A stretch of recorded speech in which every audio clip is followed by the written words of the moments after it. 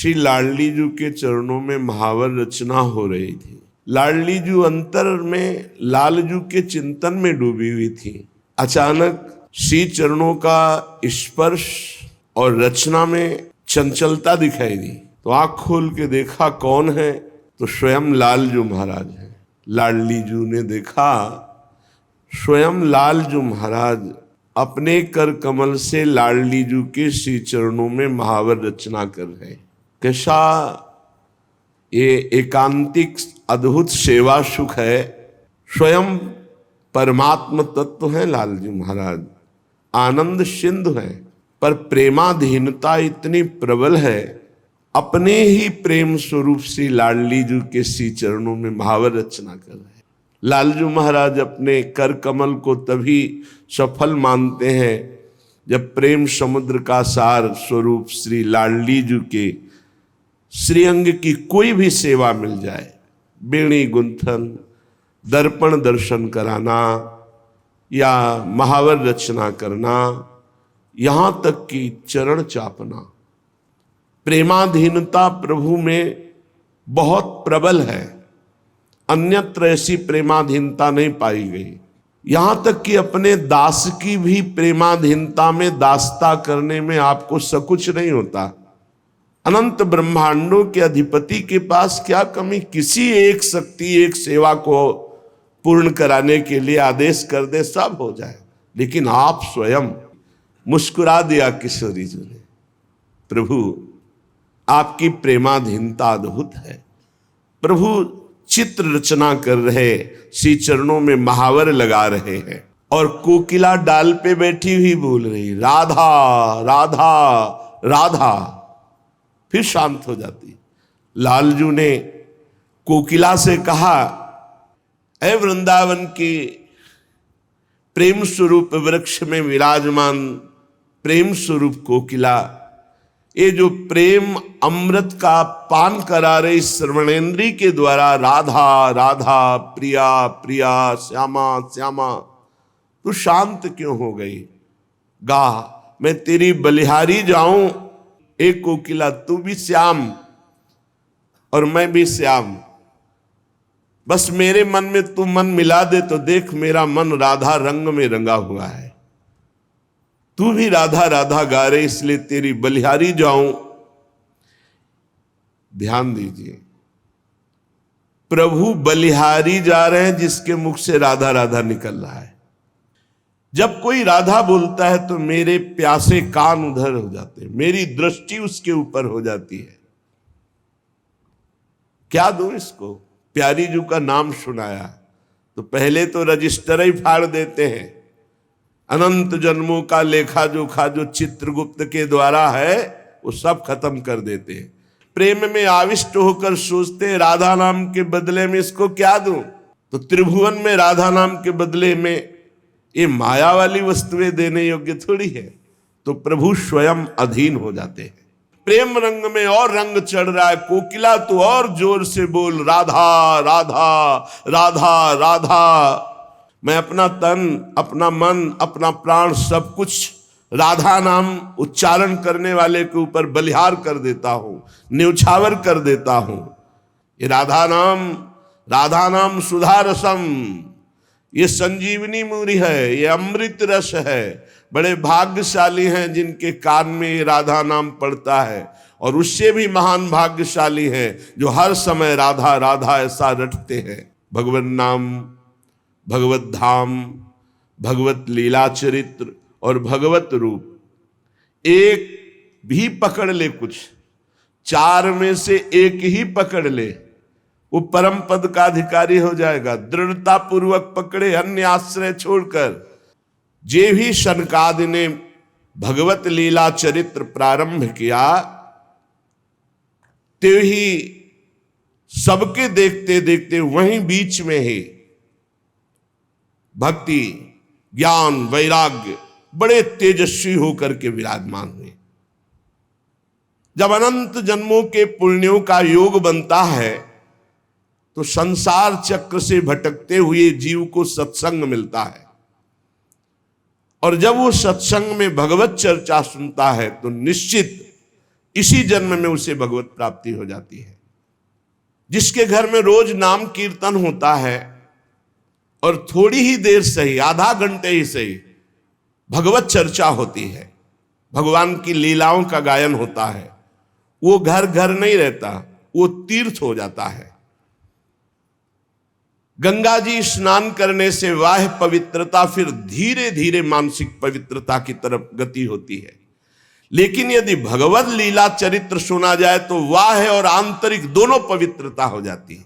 जिसको इसी जन्म में भगवत प्राप्ति की इच्छा है तो एक श्लोक ही सही, एक श्लोक ही गायन करे, कोई भी एक श्लोक याद कर ले।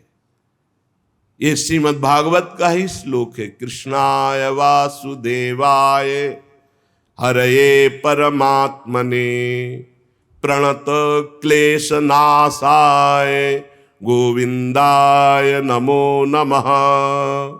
सनकादि कहते हैं जो पुरुष अहर्निश भगवान का नाम जप करता है, अहर्निश निरंतर महिमा है, जो अहर्निश, और जहां भगवान की चर्चा होती, जैसे प्यासा आदमी दौड़ के जाता है, बावरों सो रस में फिरे खोजत नेह की बात, बावरा में कहां भगवत चर्चा हो रही, और जाके वहां शांत एक चित्त होकर बैठकर भगवत चर्चा सुनता है, तो कह रहे जन्म कोटि कृतम पापम नश्यते नात्र संशया।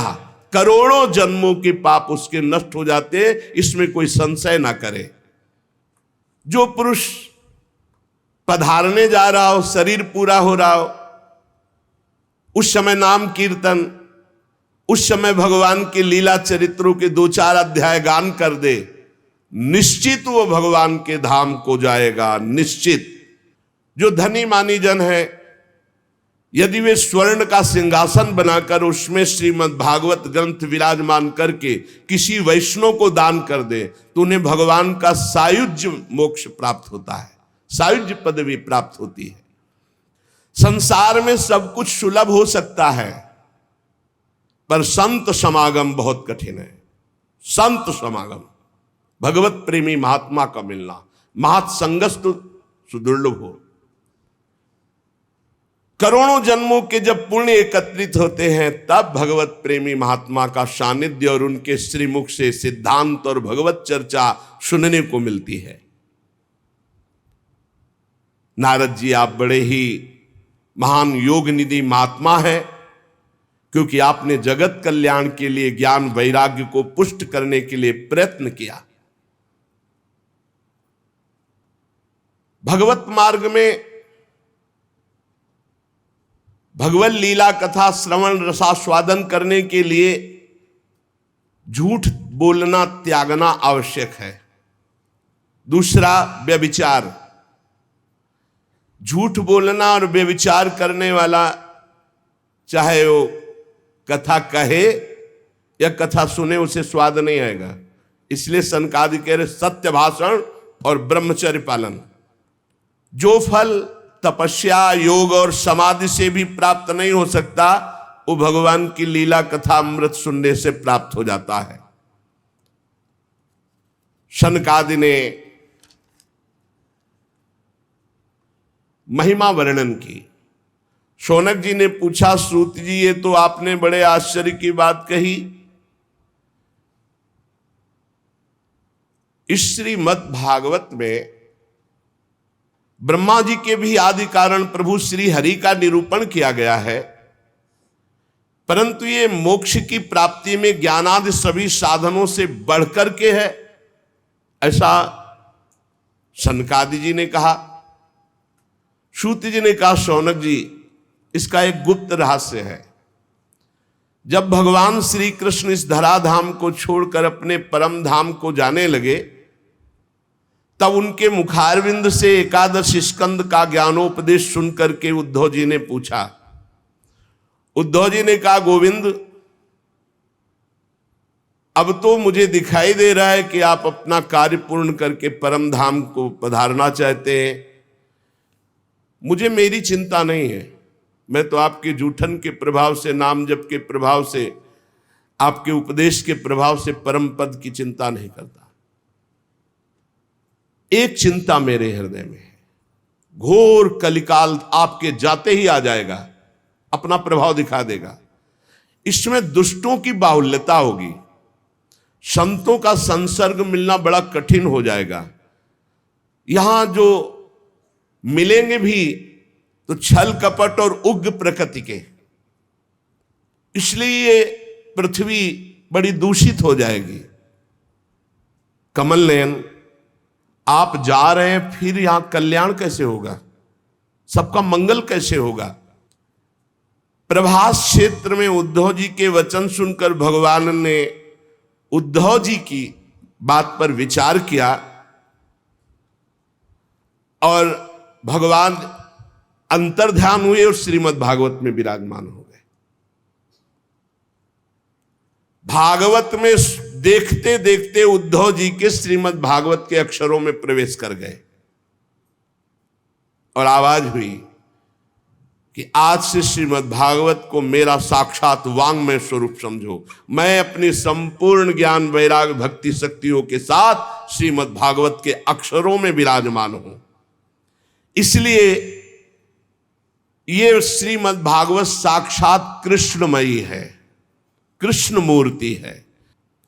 जिस समय सनकादि मुनीश्वर इस प्रकार भगवत चर्चा की महिमा बखान रहे थे, उसी समय तरुणावस्था को प्राप्त ज्ञान और वैराग्य और भक्ति सभा के बीच में ज्ञान भक्ति वैराग्य प्रकट हो गए और जोर जोर से गाने लगे, श्री कृष्ण गोविंद हरे मुरारे, हे नाथ नारायण वासुदेव। सभी सभासदों ने देखा परम सुंदरी दिव्य तेजोमयी प्रेम लक्षणा भक्ति भागवत के अर्थों का आभूषण पहने हुए। सब मुनिजन आश्चर्य हो, यह ऐसा तेजमय स्वरूप ज्ञान वैराग्य भक्ति का।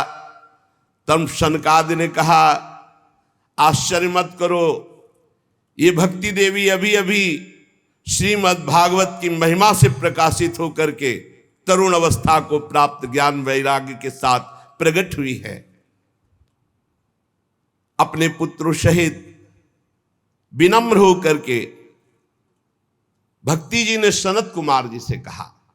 भक्ति बोली, मैं तो कलयुग में नष्ट प्राय हो गई, पर आपने भगवान की लीला कथा अमृत से मुझे पुष्ट कर दिया।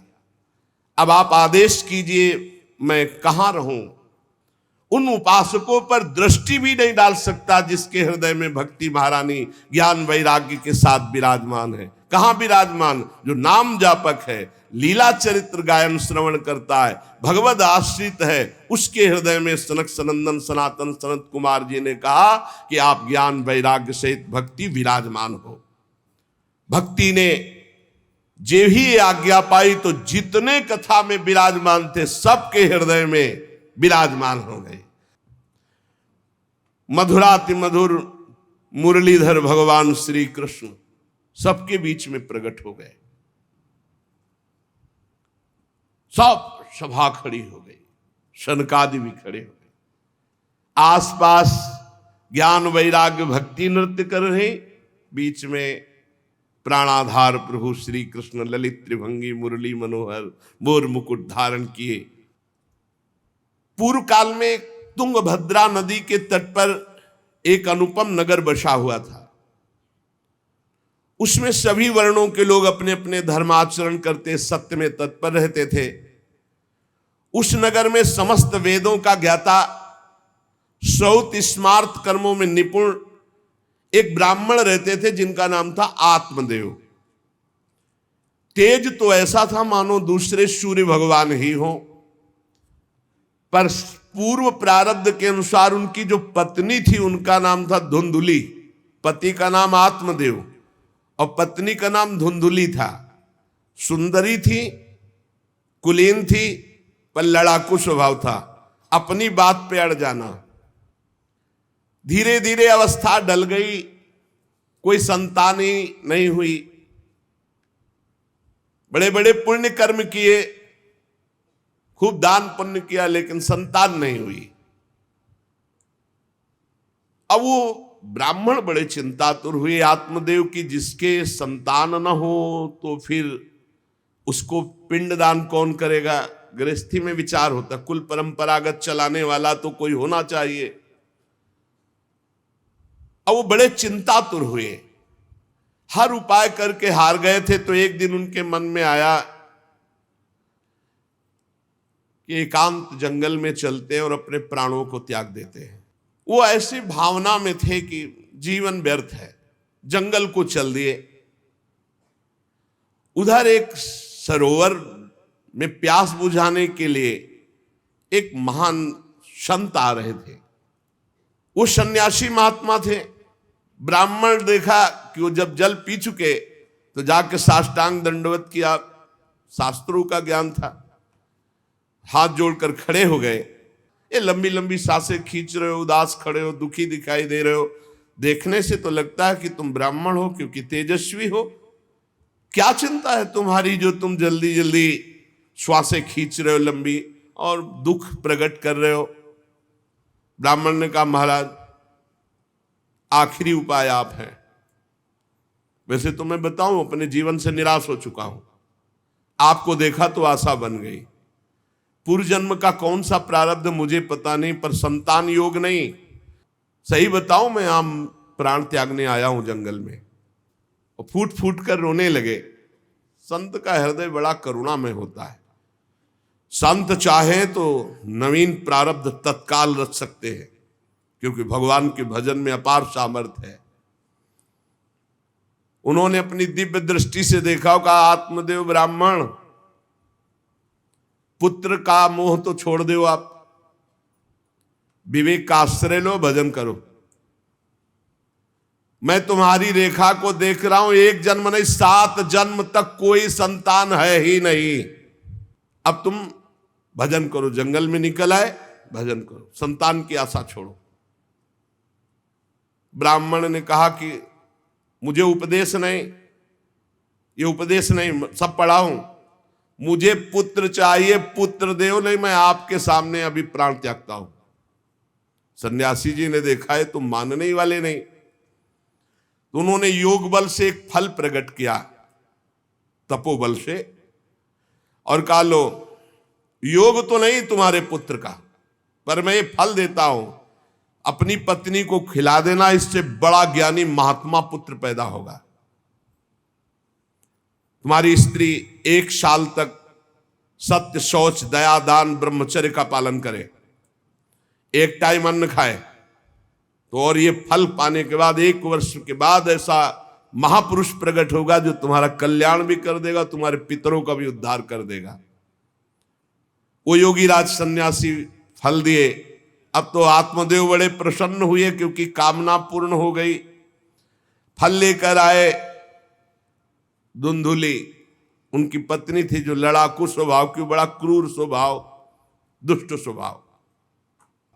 आके कहा, हो भाग्य, एक सन्यासी मिले, वो फल दिए, और उन्होंने नियम बताया है कि 1 साल तक सत्य बोलोगी, पवित्र रहोगी, दूसरों को दान करोगी, एक समय तुम अन्न खाओगी, और बहुत शुद्ध स्वभाव वाला महात्मा बालक पैदा होगा, ये फल खा लो। तो उन्होंने कहा कि फल तुरंत थोड़ी खाया जाता, नहा धो के बड़े पवित्रता से खाया जाता, लाओ और जाओ, आप निश्चिंत रहो।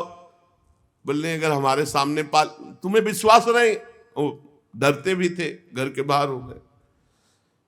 अब वो कुटिल स्वभाव की थी, क्रूर स्वभाव की। उन्होंने अपनी बहन को बुलाया और रो रो के कहने लगी कि बहन, मुझे बड़ी चिंता हो गई, समस्या आ गई। क्या? बोले, पंडित जी जो ये फल लाए हैं, फल से गर्भ रह जाएगा, पहले तो नियम बता गए हैं। ये सब विचार करके उसका, ये सब हमसे नहीं होने वाला। तो उनकी बहन ने कहा, सोच क्यों करती हो? ठीक इसी समय हमें अनुभव हुआ है 2-4 दिन में, इसी महीने में, कि हमारे पेट में है। तुम हमारे पति को धन दे देना और गर्भवती का नाटक करो, और जब हमारे बच्चा होगा हम तुम्हारे यहाँ पहुंचा देंगे, और हम अपने यहाँ शोरगुल कर देंगे कि बच्चा मर गया, कौन देखने आता है, और पति को पैसा दे देना। हाँ, ये तो बढ़िया बात रही, बढ़िया विधान बन गया। और ये जो फल लाए हैं इसकी परीक्षा के लिए जो गऊ है उसको पवा दो। जैसा उनकी बहन ने कहा था वैसे ही धुंधुली ने सब कर दिया। देख लो, कहा था स्वामी जी ने तुम्हारे 7 जन्म बालक नहीं, तो देखो बुद्धि कैसी खराब हुई, गाय को पवा दिया। अब जब उसकी बहन के पुत्र हुआ तब तक वो कपड़ा वपड़ा पेट में लगा के नाटक करती रही होगी कि हमारे गर्भ है। फिर एकदम घोषणा कर दी जब वो पुत्र रातों रात पहुंच गया कि हमारे संतान हो गई। उसके पिता को अच्छा धन दे दिया, वो धुंधुली को ला करके बहन का बेटा दे दिया। आत्मदेव तो बहुत आनंद हो गए, बालक के जात कर्म संस्कार कराए, खूब दान पुण्य किया, मांगलिक कृत्य किए। धुंधुली ने अपने पति से कहा कि पता नहीं क्या कारण है, मेरे वक्षस्थल में दूध तो है नहीं, और अभी नया बालक है, बिना मां के दूध के जीवित नहीं रहेगा, तो हमारी बहन के बालक हुआ था पधार गया है, उसको बुला ले क्या? अरे उन्होंने कहा बिल्कुल बुलाओ, हम और पैसे देंगे, स्वागत करेंगे, हमारा बच्चा पुष्ट होना चाहिए। बहुत बुद्धि लगाते हैं क्रूर स्वभाव के लोग, कैसा एकदम फिट कर लिया विधान। अब उसको बुला लिया बालक का पालन पोषण करने के लिए पैसे के बाद, और वो असली मां तो वही है ही है। पुत्र की रक्षा के लिए जो जो कहा आत्मदेव ने वो सब स्वीकार कर लिया। 3 महीने इस बालक के व्यतीत होने के बाद, उन्होंने कहा था 1 साल बाद होगा, 3 महीने व्यतीत होने के बाद गौ के बच्चा हुआ मनुष्याकार, केवल कान गौ के, पूरा मनुष्याकार, सर्वांग सुंदर, दिव्य तेजों में स्वर्ण की सी कांति, क्योंकि वो योगी के तप का। ब्राह्मण देवता नाच पड़े कि भगवान जब दिए तो कितना आनंद, घर में भी बच्चा और गौ के भी बच्चा ही हुआ। खूब संस्कार करके मंगल दान, बड़े प्रसन्न हैं। सब लोग कहते हैं आत्मदेव का देखो कैसा भाग्य बदला कि घर में भी पुत्र हुआ, गौ के भी पुत्र हुआ, बछड़ा नहीं, केवल कान भर। कैसे आश्चर्य की बात, दिव्य बालक उत्पन्न हुआ। पर इस गुप्त रहस्य का किसी को पता नहीं। आत्मदेव ने देखा कि बालक पूरा मनुष्याकार, केवल कान, गाय के तो नाम रखा गोकर्ण। और धुंधुली ने किसी शास्त्रीय पद्धति से नहीं, अपनी पद्धति से, हमारा नाम धुंधुली तो हमारे लड़के का नाम होगा धुंधकारी, उसका नाम रखा धुंधकारी। कुछ काल व्यतीत हुआ, दोनों जवान होने लगे। गोकर्ण में पूर्ण वैदिक सिद्धांत, धर्म पूर्वक, बड़े ज्ञानी महात्मा, और धुंधकारी पूर्ण दुष्ट और बड़ा हुआ हिंसक स्वभाव, अस्त्र शस्त्र धारण करके अब धीरे धीरे व्यभिचार करने लगा, वैश्याओं से संपर्क रखने लगा। संपत्ति थी ही, सारी संपत्ति वैश्याओं को। एक दिन पिता ने कहा आत्मदेव ने कि तुम्हारे आचरण इतने आसुरी प्रभाव के, हमें लगता है कि तुम हमारा सर्वनाश करने के लिए प्रकट, ये क्यों करते हो? तो खूब गिरा गिरा के मारा आत्मदेव को। सन्यासी की बात अब याद आई कि तुम्हारे भाग्य में पुत्र सुख नहीं है, खूब मारा आत्मदेव को। जब इतनी जोर से मार रहा था तो थोड़ी तो दया आई कि पति है, बचा ले, तो धुंधुली गई, तो फिर धुंधुली की दम जम के पिटाई की। अब वो तो राक्षसी स्वभाव। अब जब सारी संपत्ति स्वाहा, खाने को भी नहीं, तो धुंधुली बैठ के रोती। पिता बैठ के रो रहे थे। मैं सन्यासी की बात मान जाता तो गोकर्ण जी आए और उन्होंने कहा पिताजी छोड़ो इसे, आपका शरीर नष्ट हो जाएगा, इसलिए मेरी प्रार्थना मानो, आज से निकलो घर से और वन में जाओ, भगवान का चिंतन करते हुए जीवन व्यतीत करो। बस उसी समय गोकर्ण को मन से प्रणाम करके कि भगवान गुरु रूप से इसी रूप में आकर मुझे उपदेश दे रहे हैं, उसी समय आत्मदेव जी ने तो घर छोड़ दिया और वन की यात्रा की। बड़ी निष्ठा से अपनी बुद्धि को समेटा संसार से, और रात दिन भगवान के चिंतन में लगा दिया। भगवान के चिंतन और भागवत के 10वें स्कंद का रोज पाठ पूरा, इसके प्रभाव से श्री कृष्णचंद्र की प्राप्ति हुई, गोकर्ण जी के उपदेश से आत्मदेव की। अब जब पिता बन को चले गए तो और छूट, वैसे मानता तो था ही नहीं पर और छूट हो गई।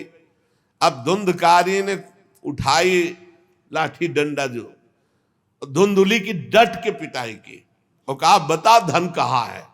अब जितना धन था तो सब ले गया। किसी तरह वो छूट पाई तो भागते हुए जाकर कुएं में गिरकर अपने शरीर को नष्ट कर दिया कि रोज की पिटाई से अच्छा एक बार दुर्गति को प्राप्त हुई। योगनिष्ठ गोकर्ण जी ने जब देखा कि धुंधकारी का आतंक बढ़ रहा है तो उन्होंने छोड़ दिया। जो ज्ञानी पुरुष होते प्रपंच नहीं स्वीकार करते, उनको कोई सुख दुख इससे नहीं, उदासीन भाव से तीर्थ यात्रा को निकल गए।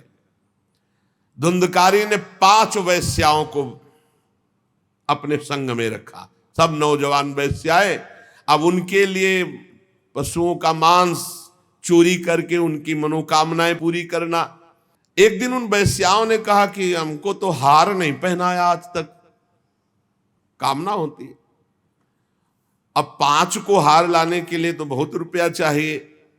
जिसको देखता काट करके जो मिलता धन एकत्रित करके 5 के लिए सुंदर आभूषण। स्त्रियों ने सोचा कि नित्य नवीन चोरी करता है, आज हमने हार के लिए कहा तो 5 के लिए व्यवस्था कर दिया। पकड़ा जाएगा, जब ये पकड़ा जाएगा तो राजा इसे फांसी देंगे, तो हमको भी 5 को फांसी मिलेगी, मरना तो है ही है ना इसे। 5 ने विचार किया। 5 ने गुप्त रूप से ऐसा संकल्प बना लिया। धुंधकारी सो रहा था, 5 गए, अब 4 उसमें लद गए और एक जो है रस्सी से पूरा चारपाई पे बांध दिया।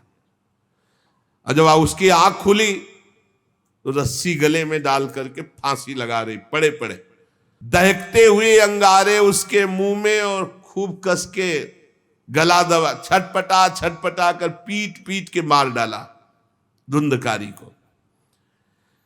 और उसके शरीर को वहीं घर में एक गड्ढा बना के 5 ने गाड़ दिया।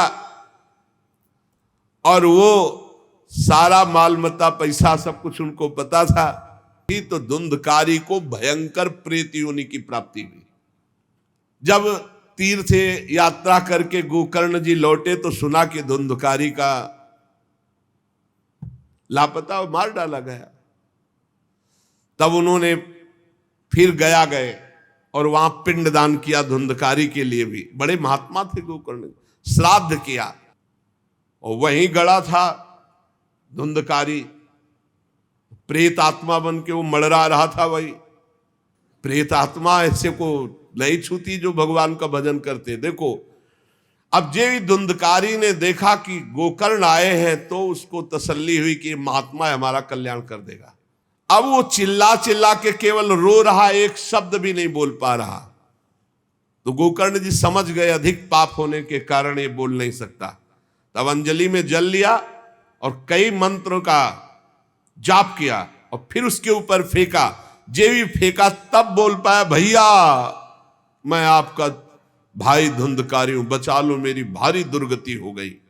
गोकर्ण ने कहा कि तुम्हारा उद्धार तो हो जाना चाहिए, तुम्हारे लिए तो मैं गया में गया, वहां श्राद्ध दिया, तीर्थों में भी अनुष्ठान किया, फिर तुम्हारा प्रेतियों से उद्धार कैसे नहीं हुआ? तो उन्होंने कहा भैया 1-2 बार गया श्राद्ध से मेरा कुछ नहीं होने वाला, बहुत पापी हूं, बहुत बड़े बड़े पाप किए हैं, कोई दूसरा उपाय सोचो, छोटे मोटे पिंडदान से दान पुण्य से मेरा उद्धार होने वाला नहीं, बहुत स्टॉक है हमारे पाप का।